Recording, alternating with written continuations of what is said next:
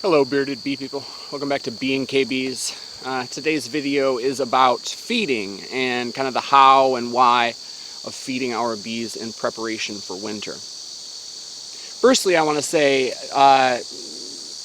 there's nothing wrong with feeding. Now I'm talking about supplemental feeding. I'm not talking about feeding the entirety of a colony's diet as sugar syrup, but supplemental feeding to get the total weight from 80 pounds to 100 or from 60 to 80 or whatever, after usually the goldenrod flow or whatever fall flow you have. But right now, as the bees are preparing for winter, these winter bees have sort of enlarged fat bodies. And in those, they store a compound called vitellogenin that allows for them to kind of hoard nutrients and therefore consume and dispense nutrients throughout the course of the winter while there's no fresh nutrients coming in. So that allows us to really truly just concentrate on the carbohydrates, the energy that they need. And this energy that we're feeding them in the form of sugar syrup is a clean energy. It doesn't leave a whole lot of waste after energy conversion. So that's good. The goldenrod honey is kind of the opposite of that. It's a very dirty energy, and it leaves a lot of waste after energy conversion, which leaves a lot of need for cleansing flights throughout the winter. Hopefully in every winter we'll get ample opportunity for cleansing flights, but that's not always possible. So sometimes that can kind of raise the stress level for the bees.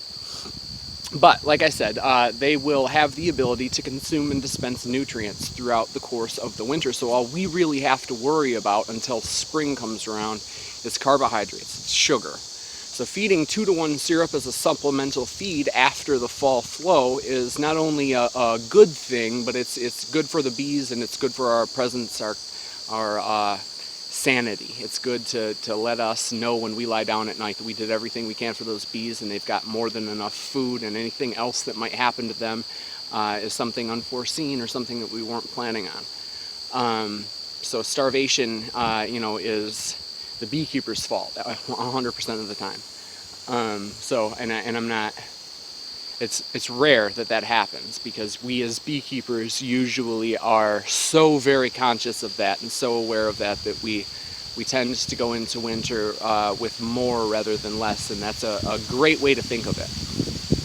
So I feed to get those weights up after the goldenrod flow.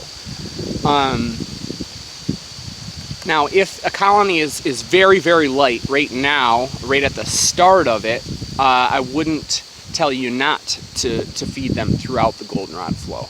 But most of my colonies have some stores, and they will get more throughout the course of this fall flow.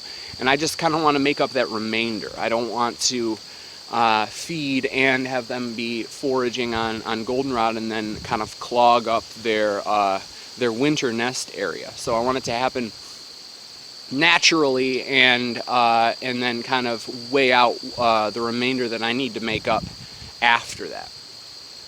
So how do we feed them? Well, there are two different kind of schools of thought in that, and one would be outside of the hive or communal feeding, and the other would be inside the hive.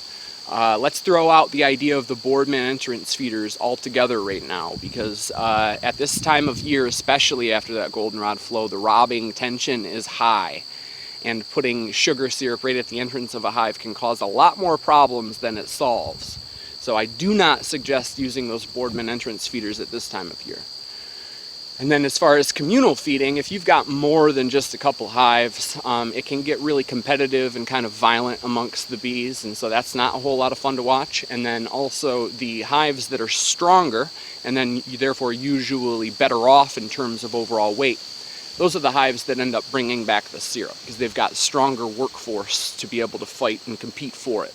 So unless you've got 3 or under, I wouldn't suggest communal feeding unless you just want to bring out tote after tote after tote of syrup. So that leaves us with in-hive feeding, and there are 2 different methods with that as well, and that would be hive top feeders and frame replacement feeders. Now, frame replacement feeders are great in the spring and early summer when you're trying to get those colonies built up, but right now, and I've said this time and time again, foundation in the winter is a killer.